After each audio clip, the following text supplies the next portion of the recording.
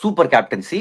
அவங்க ஜெயிக்க ஜெயிக்க கேப்டன்சி இம்ப்ரூவ் ஆகிட்டே போகுது ஸ்ரீராம். சூப்பரா பண்ணாரு. அதாவது மெயின் விஷயம் அவங்க என்ன பண்ணாங்கன்னா, ஃபர்ஸ்ட் ஸ்டார்ட்டிங்ல இவங்க வந்து 2 பேரும் சேர்ந்து எடுத்த இந்த ஐபிஎல் இதுவரைக்கும் பவர் பிளேல மும்பை இந்தியன்ஸ் தான் குறைவான விக்கெட்ஸ் எடுத்திருந்தாங்க இந்த மேட்ச்க்கு முன்னாடி.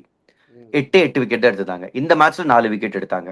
என்ன டிஃபரன்ஸ் வந்திருக்கு? லாஸ்ட் 2, 3 கேம்ஸ் அவங்க என்ன பண்றாங்கன்னா, இந்த பால் வந்து 3 ஓவர் ஸ்விங் ஆகுது. ட்ரெண்ட் போல்ட்டுக்கும் ஃபர்ஸ்ட் ஓவர் போடணும்னு ஆசை. தீபக் சஹருக்கும் ஃபர்ஸ்ட் ஓவர் போடணும்னு ஆசை. ட்ரெண்ட் போல்ட்டுக்கு தான் கொடுத்துக்கிட்டு இருந்தாங்க. அட்லீஸ்ட் 12 பால் ஸ்விங் ஆகும்போது கிடைக்கும்னு. பட் அந்த டிசிஷனை மாத்தி ட்ரெண்ட் போல்ட்டை ஆல் ஃபேசஸ் போலரா அவங்க மாத்துறாங்க. ஸோ தீபக் சஹர் மட்டும்தான் அவங்களுக்கு வந்து ஒரு genuine power play bowler, 3 over power பிளேல போடுற போலர். ஸோ அவருக்கு வந்து 2 ஓவர் கிடைக்குது பால் நல்லா ஸ்விங் ஆகும்போது. அதை அவர் யூஸ் பண்றாரு. ஸோ ட்ரெண்ட் போல்ட் அதுக்கப்புறம் ஸ்லாகிலையும் வந்து கலக்குறாரு அந்த யாக்கர்ஸ்.